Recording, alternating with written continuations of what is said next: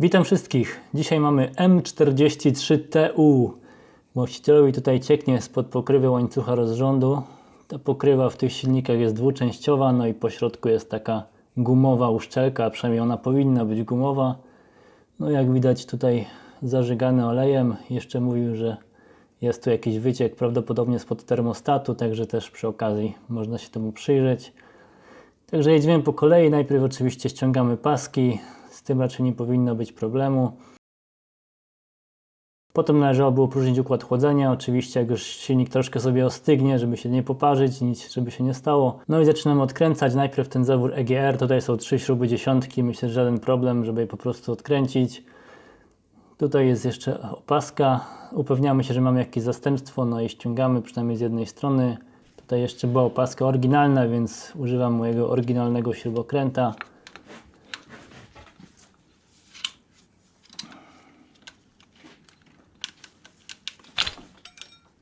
No, kiedyś się znajdzie.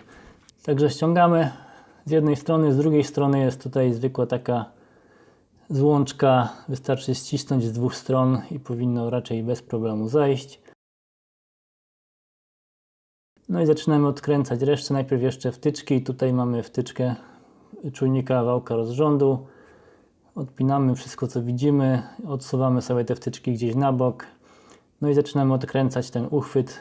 Tutaj mamy elektrozawór, no i zbiorniczek podciśnienia, 2 śruby dziesiątki, też nie powinno być problemu.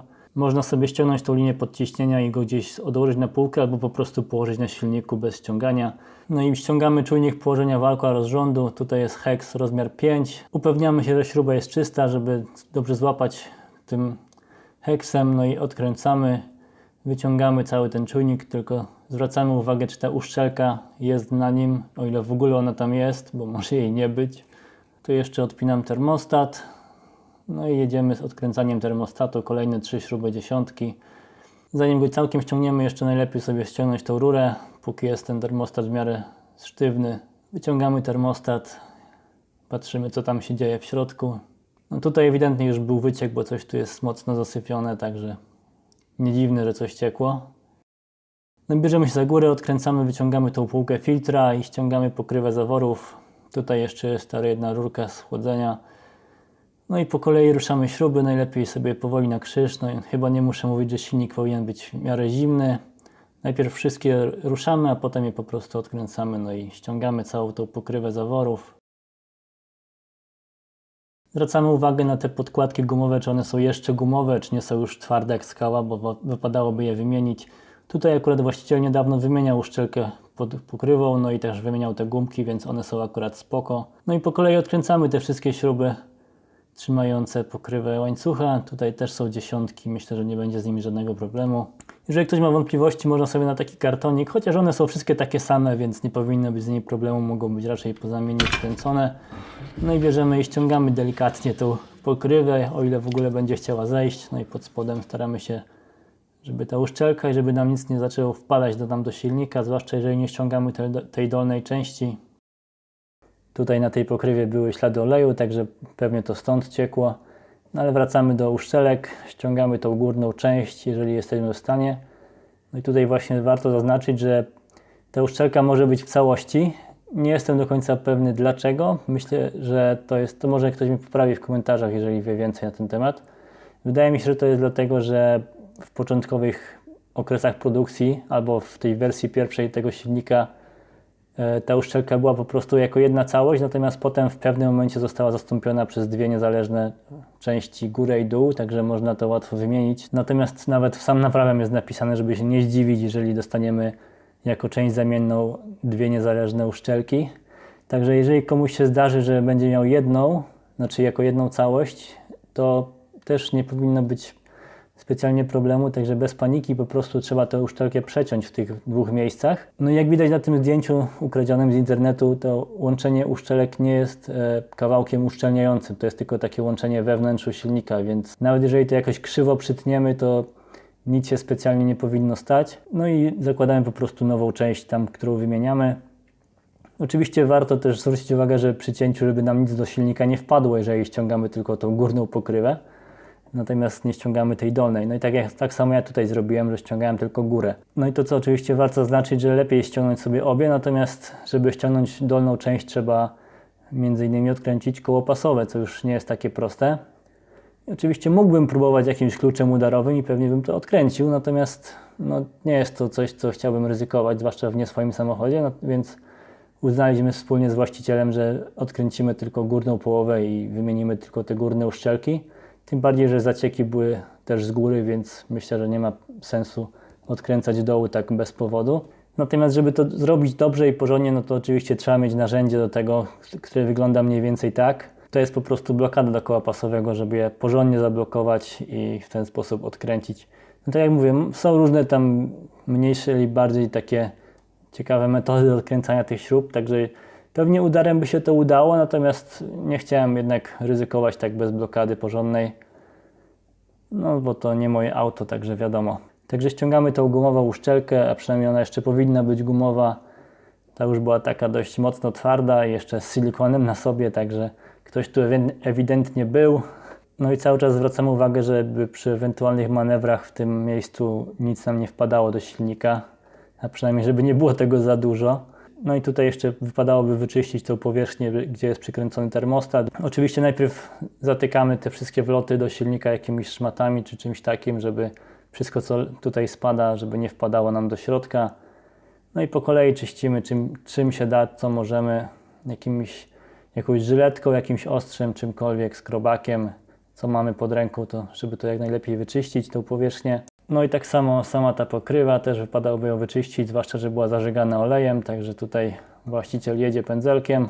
Jak już mamy to w miarę oczyszczone, jeszcze upewniamy się, że ten rowek, gdzie ta uszczelka wchodzi na tej dolnej pokrywie, jest w miarę czysty, żeby tam nie było żadnego syfu, silikonu i tak dalej. Jak już mamy wszystko czyste, no to oczywiście zakładamy najpierw ta gumowa uszczelka, ona ma takie tutaj, jak powiedziałem, ma taki rowek z jednej strony, więc tylko w jedną stronę pasuje, trzeba ją porządnie wcisnąć, upewnić się, że działa. Jak widać, ja tutaj nie smarowałem niczym od dołu, żadnym olejem ani nic. Myślę, że to by nie zaszkodziło, ale nie posmarowałem, bo też nie ma jakiegoś specjalnego powodu do tego. Także czas założyć nową uszczelkę. Tutaj mamy nowiutką L-Ring. Teoretycznie potrzebujemy do tego specjalnego narzędzia, to też ma swój numer BMW. Natomiast można się posłużyć po prostu zwykłymi śrubami M6. To są najzwyklejsze śruby z kastorami z obciętymi łebkami. Takie długie, żeby po prostu trzymały nam uszczelkę w miejscu.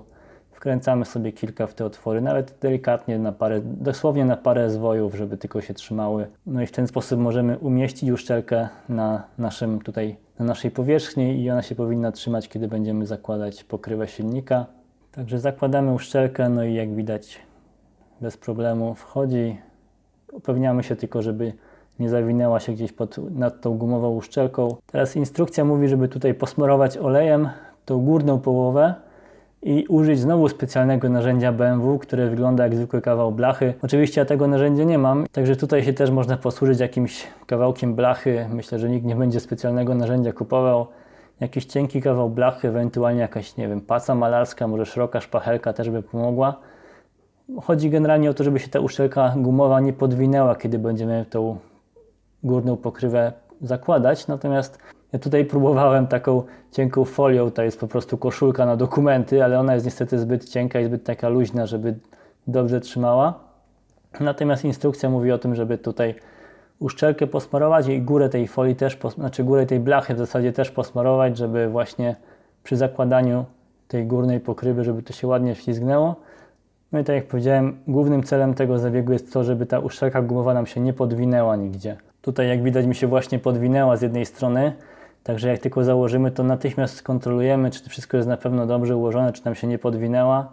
No jeżeli się podwinie, no to trzeba to oczywiście zrobić jeszcze raz. Także druga metoda, troszkę może bardziej skuteczna, po prostu zakładam sobie te prowadnice, czyli te śruby ucięte na tą głowicę. One oczywiście luźno tam siedzą i na niej po prostu zakładamy sobie uszczelkę, tak żeby ona siedziała ładnie ułożona tam, gdzie powinna.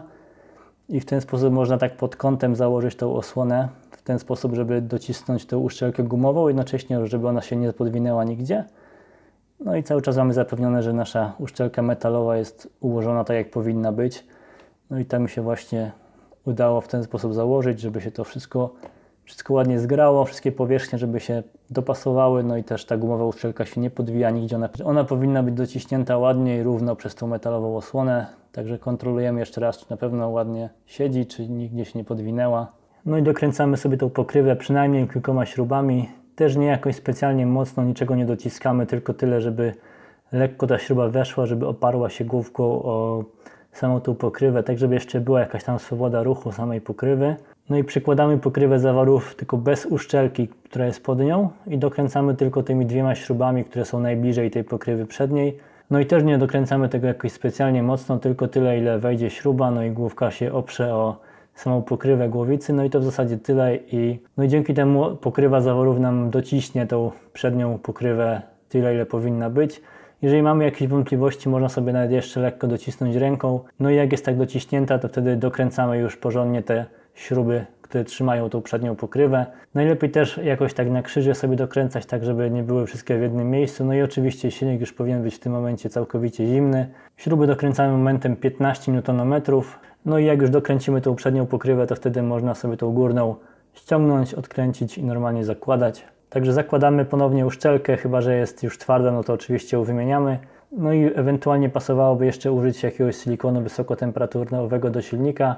Zazwyczaj się daje go tylko w tych miejscach, w tych narożnikach. Tutaj akurat właściciel niedawno wymieniał tę uszczelkę, tak jak mówiłem, no i nie skarżył się na żaden wyciek, także zdecydowaliśmy, że nie dajemy tutaj nic w tym miejscu. Natomiast warto dać na łączeniu tutaj, gdzie ta przednia pokrywa łączy się z blokiem silnika. Nawet myślę, że dałem trochę za mało, ale zobaczymy, jeżeli będzie jakiś wyciek, to będziemy to poprawiać. Natomiast w tych miejscach, gdzie i tak jest troszkę nierówno, to jak najbardziej warto dać trochę tej uszczelki. No i dokręcamy pokrywę zaworów oczywiście najpierw delikatnie wszystkie śruby, potem po kolei je dociskamy też na krzyż. Śruby dokręcamy momentem 10 Nm. Teraz czas się zająć termostatem. Tutaj mamy nową uszczelkę do termostatu. Sam termostat wygląda tak. Tutaj pełno silikonu pod spodem. Także wyciągamy resztki starej uszczelki plus silikon, który na niej był. Trzeba to oczywiście sobie dokładnie oczyścić. No i zakładamy nową uszczelkę. No i montujemy termostat. Tu myślę, że żadnej filozofii nie ma. Dokręcamy 3 śruby, też dziesiątki. Termostat dokręcamy momentem 10 Nm. Zakładamy ten czujnik położenia wałka rozrządu. Oczywiście jeżeli mamy nową uszczelkę, to ją wymieniamy. Dokręcamy ten uchwyt z tymi wszystkimi akcesoriami, tutaj tak samo 15 Nm. Tutaj ten przewód podciśnienia też był już dość mocno taki sfatygowany, więc przy okazji go zmieniamy na nowy. No i zakładamy zawór EGR, tu też żadnej filozofii nie ma, 3 śruby plus zakładamy te węże z obu stron tak jak były, pamiętamy o tej nowej opasce. Plus oczywiście pamiętamy o wszystkich wężykach podciśnienia, wtyczkach i tak dalej. Dociskamy wszystkie wtyczki tak jak były, układamy je tak jak były. No i jak już mamy wszystko dopięte, zakręcone, założone, uzupełniamy ponownie płyn chłodniczy, który zlaliśmy, ewentualnie jakiś nowy, jeżeli nie mamy w czystym pojemniku. Odpowietrzamy układ, tak jak standardowa procedura, no i generalnie odpalamy i patrzymy, czy silnik jeszcze działa, czy coś cieknie, czy coś się dzieje. Tutaj było spoko, także myślę, że robota udana, właściciel zadowolony, gwarancja do bramy, także dzięki za uwagę, pozdrawiam.